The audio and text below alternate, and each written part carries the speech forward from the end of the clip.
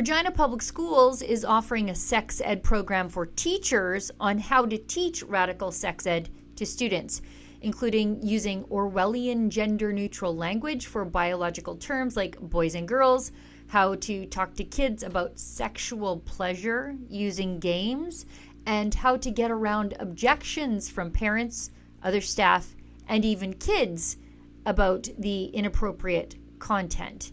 Now, these are part of thousands of documents released to my friend Lise Merle, who is running for Regina Public School Board on a pro-parent agenda. And she, along with others, have been labeled hateful extremists for their objections to this sort of content. Now, today you'll learn who the real extremists are. It's the people wanting to talk about pleasure with preteens and tell little girls who don't want to change for the gym with boys that they are hurting the boys with their desire for privacy. The Not Just the Tip toolkit for educators, a brainwashing guide, was developed by the Canadian Centre for Gender and Sexual Diversity and co-authored by anti-parent trans radical Faye Johnstone's Wisdom to Action racket. The whole thing was paid for by a massive grant from Health Canada of $1.03 million. And now it's being dropped into target cities. Oh, and then these people charge the school boards to have access to it. In this case, Kyla Christensen of Regina Public Schools, who of course, works in the DEI office, okays 3 payments of $500 for a 126-page PDF, of course already paid for by the Canadian taxpayer. Now, since Canadians paid for these resources, and they may be in your school boards too, let's go through some of it together. It's a workbook to help radical sex activist teachers push a federally funded radical sex activist agenda in the classroom. On page 66, the plan is to have a pleasure-focused dialogue. Yuck. On page 74, they're role-playing objections or concerns. Look at this. Can I talk about pleasure with my younger students? Why would anybody ask that question? What about students who are not interested in sexual relationships, behaviors, or pleasure? Whether it can be because they feel they aren't old enough or mature enough, or because they identify as asexual. Again, why does anybody want to talk about these things with kids? On page 75, pleasure-focused pro tips. Let's go through some of them together. Adding an activity-based or competitive element to your lessons can get students excited about the topic. Again, why do we want little kids excited about this stuff? Using these elements near the beginning of a sexual health unit can be especially effective for alleviating students' nerves. You mean concerns and apprehensions, rightful apprehensions. One more. Students can compete against each other in teams as a collective group against a clock or even against a teacher. Then, page 82, it's the language and vocabulary section where all sex norms dissolve into Orwellian newspeak. Instead of saying, once they reach puberty, girls will start to menstruate, we could try, many people who are born with ovaries and a uterus will start to menstruate once they reach puberty. I use the term pregnant person because I recognize that not everyone who gets pregnant is a woman, and not every person with a uterus is able to become pregnant. Assigned male at birth means that when the person was born, a doctor saw that they had a penis and said that they were male. Many people who are assigned male are boys, some are not, and I don't want those people to feel left out when teaching about their health.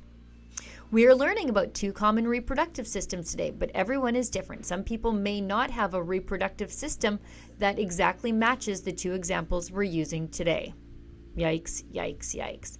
Now on page 119, if parents and administrators or leaders are pushing back against comprehensive and inclusive sexual health education, you may find that you start getting pushback from a few youth as well.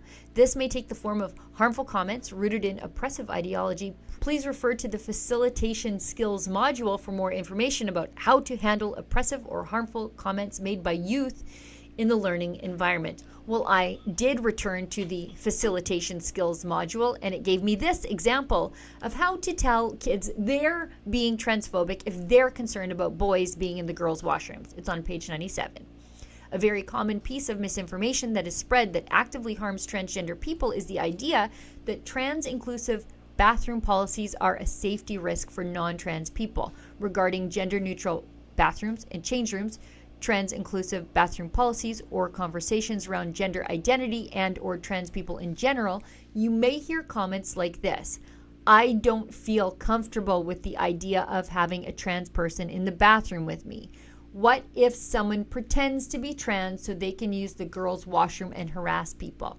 These sentiments are extremely harmful to trans people and are used to justify harassment and violence towards them all the time. Do you get that? The kids who are worried about their privacy, they're the transphobes here. But don't lose hope about indoctrination in the classroom happening behind your back. These weirdos were getting some real pushback, prompting Wisdom to Action to elicit more advice about how best to deal with parents who think that parents should have the final say before their kids are told that mothers don't exist, or before some blue-haired they-them dog parent plays a pleasure game with little Susie. Look at this. Here's the email. I've included our 2 main points of curiosity below. We'd love to hear your thoughts on this if you have the time and capacity. We can chat over email, or if you'd prefer to hop on a call to chat through this together, maybe we could find a time that works for both of us. Let me know what you think. You want to know what I think? I think these guys are trying to obscure access to information filings by jumping on a phone call, but let's keep going. When parents are pushing back against comprehensive and inclusive sex ed, particularly when it's part of the curriculum, we're curious about what the standard routes are for resolving that issue.